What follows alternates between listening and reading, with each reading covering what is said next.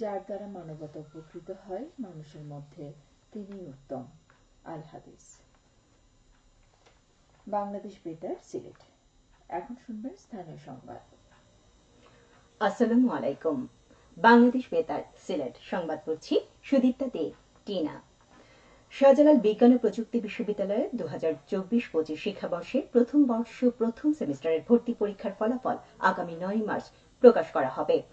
আজ বিশ্ববিদ্যালয়ের ভর্তি কমিটির সদস্য সচিব মোহাম্মদ রফিকুল ইসলাম বিষয়টি নিশ্চিত করেছেন। তিনি জানান, ভর্তি পরীক্ষা 2024-25 এর ফলাফল 9 মার্চ ভর্তি ইচ্ছুকদের SMS এর মাধ্যমে ও ওয়েবসাইটে জানিয়ে দেওয়া হবে।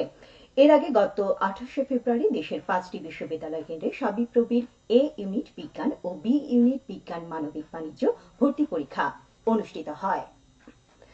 সুনামগঞ্জ জেলার বিভিন্ন সীমান্ত এলাকায় অভিযান চালিয়ে 20,37,840 টাকার ভারতীয় চিনি, জিরা, ফুচকা, বিড়ি ও কয়লা এবং বাংলাদেশে একটি স্টিল বডি নৌকা জব্দ করেছে বিজিবি।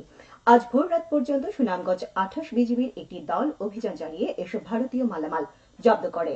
সুনামগঞ্জ 28 বিজিবির অধিনায়ক lieutenant colonel A.K.M. Zakaria Kadir অভিযানের বিষয়টি নিশ্চিত করেছেন।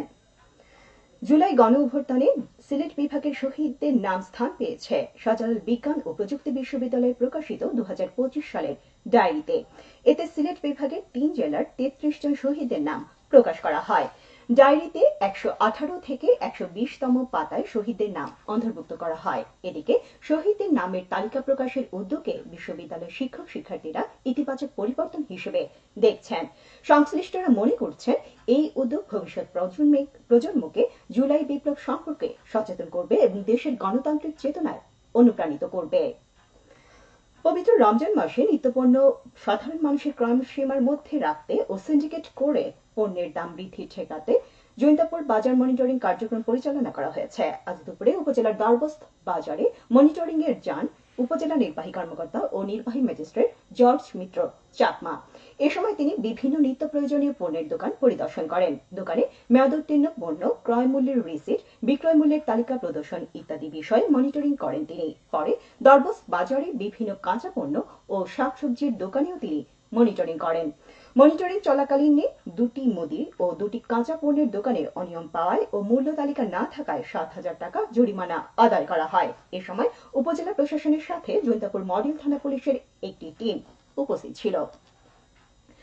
মানসিকতার পরিবর্তন, নিজেকে শক্তিশালী করে তুলুন, এই প্রতিপাদ্যকে সামনে রেখে সারা দেশের মতো সিলেটে গতকাল পালিত হয়েছে বিশ্ব শ্রবণ দিবস। শ্রবণ প্রতিবন্ধী বা শ্রবণ হ্রাস সহ শ্রুতিহীনতা রোধে প্রতি বছর দিবসটি পালিত হয়। দিবসটি উপলক্ষে সিলেট এমএজি ওসমানী মেডিকেল কলেজের নাক, কান, গলা ও হেড নেক সার্জারি বিভাগের উদ্যোগে র্যালি ও বৈজ্ঞানিক সেমিনার অনুষ্ঠিত হয়েছে গতকাল। পরে অনুষ্ঠিত হয় আলোচনা সভা। অনুষ্ঠানে প্রধান অতিথি ছিলেন এমএজি ওসমানী মেডিকেল কলেজের অধ্যাপক ডাক্তার জিয়াউর রহমান চৌধুরী। এতে বিভিন্ন বিভাগের বিভাগীয় প্রধানগণ, ইএনটি বিভাগের সব পর্যায়ের শিক্ষক এবং চিকিৎসক ও নার্সিং স্টাফ বৃন্দ উপস্থিত ছিলেন।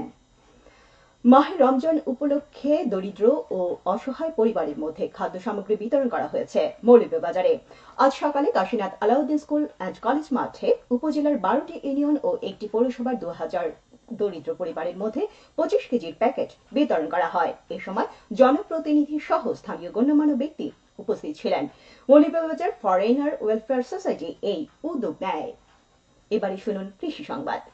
আধুনিক ও বৈজ্ঞানিক পদ্ধতিতে পোকামুক্ত আম, কাঁঠাল, আনারস ও লিচু উৎপাদনের কৌশল বিষয়ে কর্মশালা অনুষ্ঠিত হয়েছে মৌলভীবাজারের জুড়ি উপজেলায়। আজ সকালে উপজেলার শিলুয়া চা বাগানে নাটমন্দির প্রাঙ্গণে এই কর্মশালা অনুষ্ঠিত হয়। এতে প্রধান অতিথি ছিলেন মৌলভীবাজার আঞ্চলিক কৃষি গবেষণা কেন্দ্র ও ইনস্টিটিউটের মুখ্য বৈজ্ঞানিক কর্মকর্তা ডক্টর মাহমুদুল ইসলাম নজরুল। কর্মশালায় এ বিষয়ে উপর প্রামাণ্যচিত্র ও ভিডিও ফুটেজ প্রদর্শন করা হয়। এতে চা বাগান ও আশপাশ এলাকার শ্রমিক, কৃষক, কৃষানী, উদ্যোক্তা সহ 5 শতাধিক ব্যক্তি উপস্থিত ছিলেন। কৃষি সম্প্রসারণ অধিদপ্তর এই আয়োজন করে। জানিয়ে দিচ্ছি সেহরি ও ইফতারের সময়সূচি। সিলেট ও পার্শ্ববর্তী এলাকায় আজ ইফতার সন্ধ্যা 6টায় এবং আগামীকাল সেহরির শেষ সময় ভোর 4:53। সবশেষে আবহাওয়া। রাত 1টা পর্যন্ত পূর্বাভাসে বলা হয়েছে, সিলেট সহ পার্শ্ববর্তী এলাকায় আজ কোনো সতর্কবাণী নেই এবং কোনো সংকেত দেখাতে হবে না। আজ সিলেটে সূর্যোদয় হয়েছে 6:13 এবং সূর্য অস্ত যাবে 5:55।